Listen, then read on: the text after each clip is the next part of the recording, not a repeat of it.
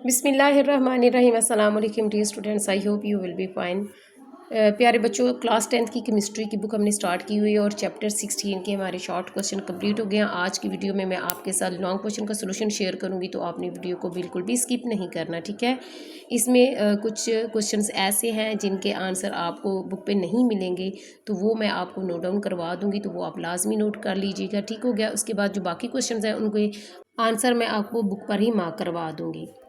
Dear students, अगर आप मेरे चैनल पे फर्स्ट टाइम आए तो वीडियो को लाइक कर लीजिएगा और चैनल को सब्सक्राइब कर लीजिएगा। सब्सक्राइब करने का फ़ायदा ये होगा कि जो भी मैं न्यू वीडियो अपलोड करूंगी उसका नोटिफिकेशन सबसे पहले आप तक पहुंचेगा। बाकी जो हमारे चैप्टर है क्लियर हो चुके हैं, इनका लिंक मैं आपको डिस्क्रिप्शन पे दे दूँगी, आप वहाँ जाके चेक कर सकते हैं।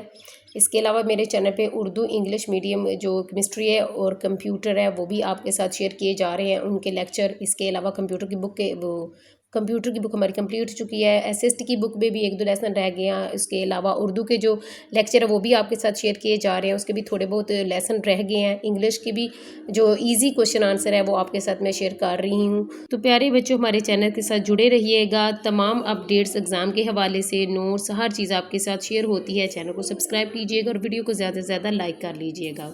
तो डी स्टूडेंट्स, क्वेश्चन की तरफ आते हैं। सबसे पहला क्वेश्चन है हमारे पास, ऑक्सीडेशन का इस्तेमाल करते हुए आयनिक कंपाउंड का फार्मूला किस तरह मालूम किया जा सकता है, मिसाल से वजाहत करें। तो इसका आंसर आपने यहाँ से नोट कर लेना है। ऑक्सीडेशन नंबर्स की मदद से आयनिक कंपाउंड्स का केमियाई फार्मूला लिखना, ठीक हो गया। यहाँ से आपने स्टार्ट करना है। हम आयनिक कंपाउंड्स में मौजूद एटम्स के ऑक्सीडेशन नंबर्स की मदद से इसका फार्मूला लिख सकते हैं। पैरियोडिक टेबल और एटम्स के इलेक्ट्रॉन स्ट्रक्चर इस मकसद के लिए हमारी मामनत करते हैं और हमें एटम्स के अहम जो ऑक्सीडेशन नंबर्स हैं उन्हें ढूंढने के बारे में मुतला करते हैं। इन ऑक्सीडेशन नंबर्स की मदद से हम कंपाउंड्स का फार्मूला लिख सकते हैं। मिसाल के तौर पर हम कैल्शियम क्लोराइड का फार्मूला दर्ज तरीके से लिख सकते हैं। कैल्शियम पैरियोडिक टेबल के ग्रुप में मौजूद है, इसका अहम जो ऑक्सीडेशन नंबर है वो +2 है। क्लोरीन ग्रुप 7 में मौजूद है और हमें पता है जब अपने से कम नेगेटिव एटम के साथ जुड़ेगी तो बाइनरी जो कंपाउंड है उसमें इसका ऑक्सीडेशन नंबर -1 होगा। इसी तरह कैल्शियम क्लोराइड का फार्मूला भी CaCl2 होगा, क्योंकि सिर्फ इसी फार्मूले की बदौलत जब हम इसमें मौजूद एटम्स के ऑक्सीडेशन नंबर, उसके बाद प्यारे बच्चों नेक्स्ट पेज पे आएंगे, ऑक्सीडेशन नंबर्स को जमा करेंगे तो जवाब 0 आएगा। यहाँ तक आपने लॉन्ग क्वेश्चन नंबर 1 का आंसर कंप्लीट करना है प्यारे बच्चों। उसके बाद एक्सरसाइज में क्वेश्चन नंबर 16.2 है, दर्ज झैल में कंपाउंड में से निशान ज़दा एलिमेंट का ऑक्सीडेशन नंबर मालूम करें। तो कंपाउंड्स हमें नीचे दिए गए हैं, ठीक है। एल्युमिनियम है, उसमें जो नाइट्रोजन है उसके ऊपर बार लगाया, निशान लगाया गया। उसके बाद जो नेक्स्ट कंपाउंड है उसमें सल्फ़र का है और उसके बाद भी सल्फ़र का। तीन कंपाउंड हमें दिए गए, उनके हमने ऑक्सीडेशन नंबर मालूम करने हैं। तो वो किस तरह मालूम करने हैं, नोट कर लीजिए प्यारे बच्चों। सबसे पहला जो कंपाउंड हमारे पास दिया गया है उसमें एल्युमिनियम है, नाइट्रोजन है, नाइट्रोजन पर निशान लगाया हुआ है, तो नाइट्रोजन का हमने ऑक्सीडेशन नंबर मालूम करना है। और उसके बाद है ऑक्सीजन, ठीक हो गया। एल्युमिनियम का होता है ऑक्सीडेशन नंबर 3, ऑक्सीजन का होता है -2 और नाइट्रोजन का हमने फाइंड करना है, तो इसको हम x के बराबर रखेंगे, ठीक हो गया। एल्युमिनियम का ये जो ऑक्सीडेशन नंबर यहाँ पे आ जाएगा प्लस, और ये वाला जो बेस है इसका और जो नाइट्रोजन है इसके x को हम आपस में मल्टीप्लाई करेंगे तो आ जाएगा 3x। उसके बाद प्लस लगाया और ऑक्सीजन का जो ऑक्सीडेशन नंबर है वो लिख लेंगे, और 3 बेस का और ये दोनों को जब हम आपस में मल्टीप्लाई करेंगे तो आ जाएगा 9। 3 एज इट आ जाएगा और +3x भी एज इट आ जाएगा। माइनस प्लस होता है माइनस, तो 2 को 9 से जब मल्टीप्लाई किया तो आ जाएगा हमारे पास 18। उसके बाद 3x - 15, ठीक हो गया। जिसको फाइंड हम करते हैं उसको लेफ्ट साइड पे लिख लेंगे, उसके साथ जो नंबर है वो इक्वल की दूसरी साइड पे जब जाता है तो वो डिवाइड हो जाता है, तो 15 / 3 हो जाएगा। जब 3 को हम 15 से कट करेंगे तो हमारे पास आंसर आ जाएगा 5। प्यारे बच्चों, सबसे पहला जो कंपाउंड हमारे पास दिया गया है उसमें एल्युमिनियम है, नाइट्रोजन है, नाइट्रोजन पर निशान लगाया हुआ है, तो नाइट्रोजन का हमने ऑक्सीडेशन नंबर मालूम करना है। और उसके बाद है ऑक्सीजन, ठीक हो गया। एल्युमिनियम का होता है ऑक्सीडेशन नंबर 3, ऑक्सीजन का होता है -2 और नाइट्रोजन का हमने फाइंड करना है, तो इसको हम x के बराबर रखेंगे, ठीक हो गया। एल्युमिनियम का ये जो ऑक्सीडेशन नंबर यहाँ पे आ जाएगा प्लस, और ये वाला जो बेस है इसका और जो नाइट्रोजन है इसके x को हम आपस में मल्टीप्लाई करेंगे तो आ जाएगा 3x। उसके बाद प्लस लगाया और ऑक्सीजन का जो ऑक्सीडेशन नंबर है वो लिख लेंगे, और 3 बेस का और ये दोनों को जब हम आपस में मल्टीप्लाई करेंगे तो आ जाएगा 9। 3 एज इट आ जाएगा और +3x भी एज इट आ जाएगा। माइनस प्लस होता है माइनस, तो 2 को 9 से जब मल्टीप्लाई किया तो आ जाएगा हमारे पास 18। उसके बाद 3x माइनस 15, ठीक हो गया। जिसको फाइंड हम करते हैं उसको लेफ्ट साइड पे लिख लेंगे, उसके साथ जो नंबर है वो इक्वल की दूसरी साइड पे जब जाता है तो वो डिवाइड हो जाता है, तो 15 डिवाइडेड 3 हो जाएगा। जब 3 को हम 15 से कट करेंगे तो हमारे पास आंसर आ जाएगा 5। उसके बाद जो नेक्स्ट हमारे पास कंपाउंड है उसमें हमने सल्फर का ऑक्सीडेशन नंबर मालूम करना है, ठीक हो गया। तो यहाँ पे जो सल्फर का है उसको मालूम करना है, तो उसको बराबर रख लेंगे x के। उसके बाद हाइड्रोजन का ऑक्सीडेशन नंबर 1 है और ऑक्सीजन का होता है -2।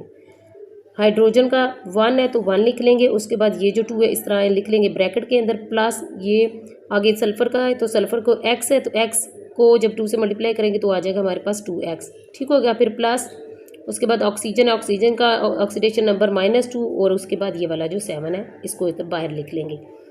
2 को जब 1 से मल्टीप्लाई किया तो 2 1 से 2 आ गया, प्लस 2x माइनस, अब ये प्लस माइनस यहाँ पे आ जाएगा, -2 को 7 से मल्टीप्लाई किया हमारे पास आ जाएगा 14। तो जब 14 में से 2 माइनस किया तो हमारे पास आ गया -12। 2x हम राइट साइड लेफ्ट साइड पे लिखेंगे और -12 कर लेंगे। x को जब हम यहाँ साइड पे लिखेंगे तो 2 आगे 12 के नीचे डिवाइड हो जाएगा। जब कटिंग करेंगे तो आ जाएगा हमारे पास 6, 2 6 है 12, ठीक है। तो इसका हमारे पास आ जाएगा सल्फर का ऑक्सीडेशन नंबर +6।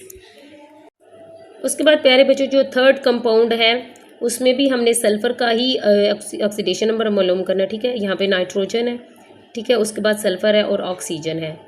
तो सल्फर का हमने मालूम करना है तो उसको x के बराबर रखेंगे। फिर नाइट्रोजन का होता है 1 और ऑक्सीजन का होता है -2, ठीक हो गया।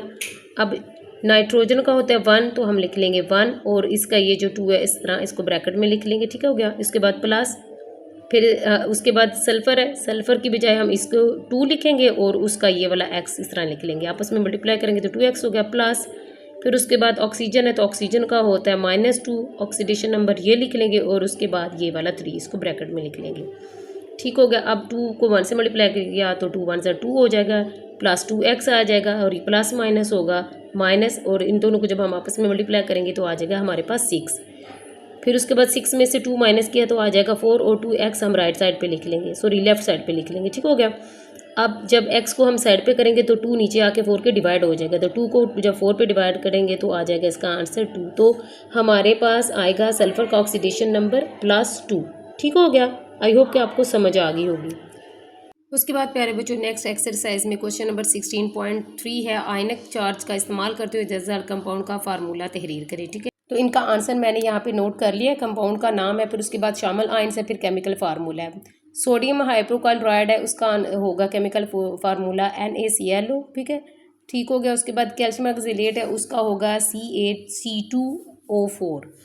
उसके बाद अमोनियम फास्फेट है तो उसका होगा NH4, फिर बेस 3 और PO4 होगा। कैल्शियम नाइट्रेट है उसका होगा केमिकल फार्मूला CaNO2 और बेस 2।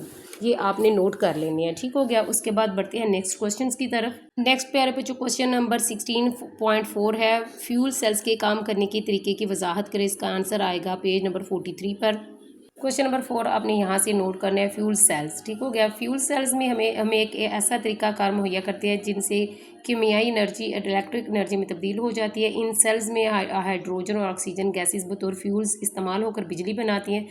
फ्यूल सेल्स में मौजूद 2 खोखली ट्यूब्स इलेक्ट्रोड का रोल अदा करती हैं। इन ट्यूब्स को मसामदार कार्बन की मदद से बनाया जाता है जिनमें प्लाटीनियम मिला देते हैं और ये प्लाटीनियम कैटालिस्ट के तौर पर इस्तेमाल होता है। इस सेल्स में पोटाशियम हाइड्रोक्साइड का एक्सो सोल्यूशन बतौर इलेक्ट्रोलाइट इस्तेमाल होता है, ठीक है। एनोड पर हाइड्रोजन गैस जो है वो ऑक्साइड्स होकर पानी बनाती है, जबकि एनोड पर ऑक्सीजन रिवर्स होकर हाइड्रोक्साइड्स आयंस बनाती हैं, ठीक है। फिर उसके बाद आपने ये सारा जहाँ तक मैंने निशान लगाया है वहाँ तक आपने क्वेश्चन नंबर 4 उसका निशान लगा लेना है। उसके बाद बढ़ेंगे नेक्स्ट क्वेश्चन की तरफ। नेक्स्ट क्वेश्चन है दाती हेडलाइट्स के मुख्तलिफ सॉल्यूशंस के इलेक्ट्रोलिसिस पर बहस करें। इसका आंसर आपने लिखना है पेज नंबर 41 पर। क्वेश्चन नंबर 5 यहाँ से आप स्टार्ट करेंगे, मेटल हेडलाइट्स के मुख्तलिफ एक्वस सॉल्यूशंस की इलेक्ट्रोलिसिस, ठीक है। यहाँ से आपने स्टार्ट करना है। अगर मेटल हेडलाइट्स के मुख्तलिफ एक्वस सॉल्यूशंस की इलेक्ट्रोलिसिस की जाए तो कैथोड पर हाइड्रोजन आयंस डिस्चार्ज होंगे। अगर मेटल इलेक्ट्रो केमिकल सीरीज में हाइड्रोजन से ऊपर होगी। ये सारा आपने यहाँ से लिखना स्टार्ट करना है और एंड तक यहाँ जहाँ तक मैंने निशान लगाया है क्वेश्चन नंबर 5 का वहाँ तक आपने इसको कंप्लीट कर लेना है। उसके बाद प्यारे बच्चों एक्सरसाइज में क्वेश्चन नंबर 16.6 है, मिसालों के साथ इलेक्ट्रोप्लेटिंग की वजाहत करें। इसके आंसर के लिए आपने पेज नंबर 45 ओपन कर लेना है। यहाँ से आप इसका आंसर नोट करेंगे। इलेक्ट्रोप्लेटिंग इस तरीका में एक मेटल को दूसरे मेटल पर बिजली की मदद से जमा दिया जाता है। इलेक्ट्रोप्लेटिंग करने की 3 अहम मकासद है। नंबर 1 है सजावट, ठीक है। उसके बाद नेक्स्ट पेज पर आएंगे, नेक्स्ट पेज पर है हिफाजत मुरम्मत, फिर उसके बाद है इलेक्ट्रोप्लेटिंग का तरीकाकार। ये आपने सारा इसके आंसर में ऐड कर लेना और जहाँ तक मैंने निशान लगाया वहाँ तक आपने क्वेश्चन नंबर 6 का आंसर कंप्लीट कर लेना है।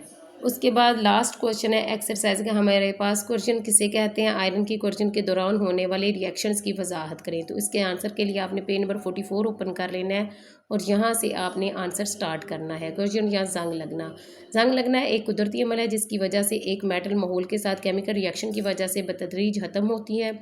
इस रिएक्शन के नतीजे में मेटल की सतह पर ऑक्साइड सल्फाइड्स या कार्बोनेट्स की तय जम जाती है। यहाँ से आपने लिखना स्टार्ट करना है और ये सारा इसके आंसर में ऐड कर देना है और नेक्स्ट पेज पर आप आएंगे तो यहाँ तक आपने इसके आंसर को कंप्लीट कर लेना है। सो डियर स्टूडेंट्स, आज की इस वीडियो में मैंने लॉन्ग क्वेश्चन के सोल्यूशन आपके साथ शेयर किया है। अगर आपको वीडियो अच्छी लगी हो तो प्लीज़ अपने दोस्तों के साथ ज़रूर शेयर कीजिएगा और मुझे कमेंट्स में ज़रूर बताइएगा कि इन लॉन्ग क्वेश्चन में आपको कौन सा क्वेश्चन है जो सबसे ज़्यादा ईजी लगा है।